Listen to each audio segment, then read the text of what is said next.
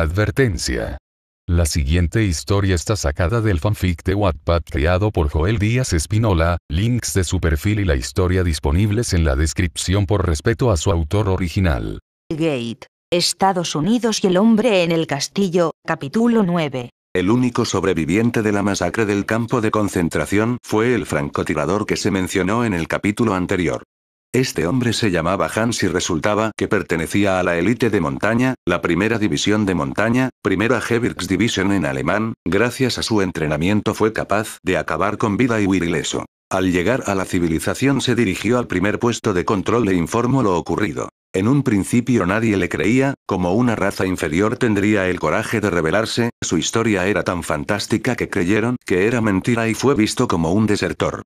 Su opinión cambió después de darse cuenta que nadie respondía, decidieron en enviar un equipo de reconocimiento y lo que se encontraron fue una auténtica carnicería, habían cuerpos por doquier, los blindados fueron destruidos, el comandante y sus oficiales murieron dentro de la cámara de gases, era una escena terrible en todo sentido. Este incidente llegó a los oídos de John Smith.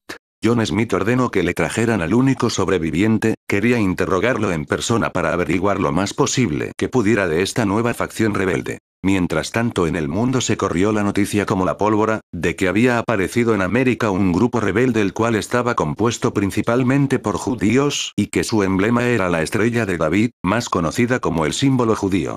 El mundo le dio el nombre de la rebelión hebrea americana, nombre que rápidamente ganó popularidad en los periódicos. Los judíos que durante tanto tiempo habían estado ocultos con el miedo de que la Gestapo los encontrara sintieron algo en su interior, como si hubiera habido una especie de despertar en sus corazones. Muchos judíos, tanto hombres y mujeres, salieron de sus escondites y empezaron a migrar a la zona neutral para unirse a la causa de la rebelión hebrea de América, para un mejor futuro para sus familias y sus hijos. Otros decidieron en quedarse para conseguir información de los movimientos de los Kartoffel, también se quedaron para infligir todo el daño que pudieran causar mediante sabotajes para dificultar cualquier operación que planeasen. En el resto del mundo la noticia no tuvo tanto efecto como se esperaba, muchos en el Tercer Reich creían que esto acabaría pronto por lo que no le prestaron mucha importancia, a excepción de una persona. En cierta ubicación en Alemania se encontraba el gran líder de Alemania, el canciller supremo de todo el Reich alemán, su nombre era Adolf Hitler. Al igual que el Hitler de la otra dimensión, este era igual de paranoico, él sabía que debía de tratarse de algo sobrenatural ya que los judíos jamás tendrían el nivel de un soldado de élite para combatir a la raza aria alemana. Ya se habrían encontrado visitantes de otras dimensiones y los retuvieron en instalaciones súper secretas para estudiar su origen y cómo llegó a su dimensión. Hitler estaba convencido de que estos supuestos rebeldes eran de hecho judíos de otra realidad. La información era vaga, pero en el fondo las muchas personas empezaron a idolatrar a estos salvadores a los que también llamaban los leones de Judá o los ángeles hebreos. Los primeros judíos que se aventuraron a salir de su escondite fue un grupo de 15 personas que se dirigieron a la zona neutral, el camino fue a paso duro y de las 15 iniciales ya solo quedaban 6 personas, el resto fueron atrapados y llevados a su ejecución, los que sí lograron sobrevivir tuvieron que esconderse en el bosque por temor a los cazadores que el Reich enviaba para atrapar a los enemigos de Estado y judíos que se ocultaban en la zona neutral. Uno de los miembros del grupo se llamaba Frank, un joven de 17 años que había estado viviendo en las sombras toda su vida y ya se estaba hartando de vivir bajo las sombras de los nazis. Cuando se enteró de que se formó una rebelión formada por judíos, se emocionó a tal punto que escapó de casa para encontrarlos y unirse a la causa. Frank era joven y como todo muchacho joven estaba lleno de energía, también estaba muy entusiasmado de entrar en combate para liberar su país. Durante la noche el grupo se detuvo a descansar en medio del bosque, habían estado caminando por días y no lograron encontrar nada para comer ni lugar para dormir, así que para ese momento estaban exhaustos. Uno de los miembros del grupo sentía algo de frío por lo que junto a algunas ramas y armó una fogata, no era buen scout pero tenía un encendedor consigo ya que tenía el feo vicio de fumar, con el que logró encender una buena fogata. Cuando amaneció el grupo encontró el fuego encendido, pero en lugar de agradecerle al responsable le dijeron: Frank, estás loco. Inmediatamente comenzó a lanzar tierra sobre la fogata y el resto trataba de apagarla, el inconsciente no se daba cuenta de lo que provocó.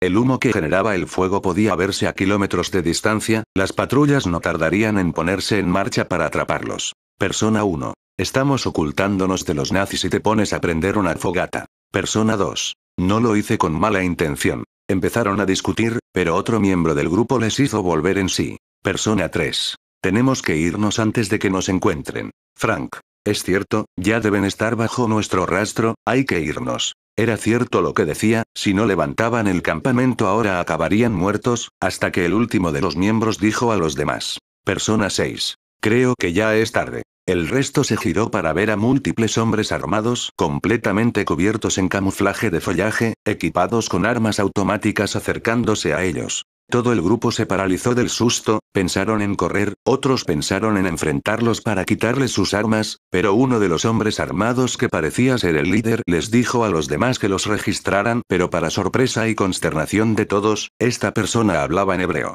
Frank se dio cuenta en ese instante, acababan de encontrar a la rebelión hebrea americana que tanto habían buscado, o más bien ellos los encontraron. De todos modos tendrían que pasar por mucho para finalmente lograr unirse a sus filas y poder desquitarse de los nazis por tantos años de opresión, matanzas injustificadas y crueldad. Aún así, el grupo estaba contento por encontrarse con la rebelión hebrea americana y no con los nazis. 25 de agosto de 2023 y 1962. En el cuartel se dieron cuenta que las personas en este mundo no tenían la suficiente moral para enfrentarse a los nazis por el gran poderío que tenían. Los altos mandos buscaron una solución y la encontraron en una idea muy peculiar. Usarían la guerra psicológica, pero en lugar de impartir miedo, impartirían esperanza. Necesitaban una idea de cómo lo harían y un cabo del ejército tenía la idea perfecta, pero para eso necesitaban tener acceso a la red televisiva y colocar al menos un proyector en las principales ciudades de los estados. La ayuda se la darían los miembros de la resistencia y sus agentes de campo que desplegaron en todo el país.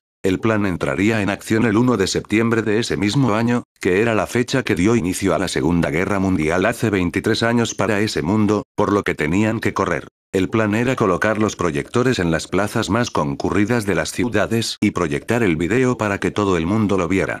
En cuanto a la televisión, usarían sus antenas para transmitirlo a cada hogar y pantalla para que todo el mundo lo viera. El video que pondrían se trataba de un héroe olvidado que luchó en la Primera Guerra Mundial y que estaban convencidos que causaría un gran alboroto en todo el Reich. Pasó el tiempo y después de una larga espera y muy rigurosa preparación todo estaba preparado. Nueva York, 1 de septiembre de 2023 y 1962. Toda la ciudad de Nueva York se encontraba en la hora pico, las personas regresaban a sus casas después de un largo día de trabajo, otras iban a trabajar en el horario nocturno. Todo parecía un día habitual cuando de repente las luces se apagaron y los televisores de las tiendas y de cada hogar en la ciudad que recibían frecuencia analógica se llenaron de estática, luego una especie de proyección apareció y las personas tanto civiles como militares creyeron que se trataba del que llamaban el hombre en el castillo, no pudieron estar más equivocados. De repente el video empezó a rodar y para sorpresa era una película a color, pero parecía ser una película animada con gráficos muy detallados. La historia trataba de un héroe francés llamado Albert Severin Roche de la Primera Gran Guerra. Incluso venía con una canción dedicada al héroe, el ritmo y los sonidos que se escucharon no eran nada comparado a la música que habían estado escuchando hasta ahora en sus estaciones favoritas. El video resultó en una gran sensación en todo el país. Los responsables de proyectar y transmitir aquella película no fueron atrapados jamás. John Smith fue uno de los que vio aquella película con musical, admitió que los gráficos eran de gran calidad y que los que hicieron el video le dedicaron mucho tiempo y trabajo. Pero el verdadero problema era lo que se vendría a continuación, muchas personas que vieron aquella película se llenaron de esperanza, algunos turistas de Francia fueron arrestados con una cinta de esta película escondida en su equipaje. Si llegaba a ser visto en Francia el desastre sería mayúsculo, por fortuna algunas cintas pasaron la frontera sin problemas y las películas sí llegaron a Francia. Fue entonces que John Smith se dio cuenta del por qué habían escogido aquella fecha específica para que vieran la película. El 1 de septiembre fue la fecha en la que comenzó la Segunda Guerra Mundial. Las autoridades no iban a dejar que se burlaran de ellos en sus narices, así que mejoraron la vigilancia por órdenes de John Smith, le preocupaba el tema del que trataría la próxima película. El día 8 de septiembre, una semana después de la primera película, un hombre misterioso intentaba hacer contacto con la resistencia. Este hombre se llamaba Joe Blake, pero tendría que esperar mucho más de lo que esperaba para finalmente ser aceptado por la resistencia de Nueva York. Nueva York, 16 de octubre de 2023 y 1962. Cuando Joe Blake se bajó del van y bajó las escaleras del metro, se detuvo y vio a un grupo de oficiales de las SS parados en medio de la calle. No podía escuchar lo que decían, pero no tenía dudas de que estaban aquí por una razón. Indudablemente aquí debido a su misión esta noche. Se había infiltrado con éxito en un grupo de resistencia aquí en la ciudad de Nueva York, haciéndose pasar por una empresa de mudanzas en un viejo edificio en ruinas en el este de Nueva York. Su misión, y por extensión la del Obergruppenführer John Smith, estaba casi completa. Cuando finalmente llegó al edificio en cuestión, supo que casi había terminado. Durante aproximadamente un mes, supieron que el nombre del líder de la resistencia del este de Nueva York era un hombre llamado Don Warren, un ex soldado del ejército de los Estados Unidos que luchó en la guerra, y que operaban desde este edificio. El Reich podría haber caído fácilmente sobre este lugar desde entonces, pero aquí había una imagen mucho más grande. Su trabajo era infiltrarse en la celda, ganarse la confianza de Warren y hacer que le asignaran un trabajo.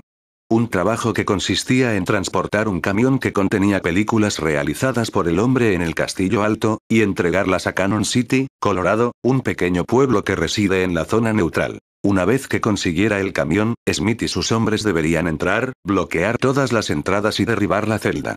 Ese era el plan en cualquier caso. Pero mientras miraba el edificio, algo no estaba bien. Al principio pensó que solo estaba viendo cosas, pero cuando miró más de cerca algunos de los tejados cercanos, se dio cuenta de que no era así. Una cosa que lo intrigó más que nada fue que el hombre en el techo que acababa de ver, juraría por Dios que le pareció ver a un hombre negro. ¿Un negro en Nueva York? Debería de estar alucinando. En los techos de al menos 2 edificios adyacentes, vio hombres parados en los techos. Los hombres que lo vieron los vieron y, posteriormente, se agacharon o desaparecieron de la vista. Joe no pudo evitar sentir una extraña sensación en el estómago. La sensación de que algo extraño estaba pasando, pero no sabía qué. Con un suspiro, siguió adelante, haciendo a un lado a los misteriosos hombres de la azotea como miembros de las SS que estaban al acecho, listos para atacar cuando se diera la orden. Pero poco sabía él, no podría haber estado más lejos de la verdad. Aquí termina el capítulo del día, esperen al siguiente video para disfrutar de esta versión narrada de la historia, nos vemos.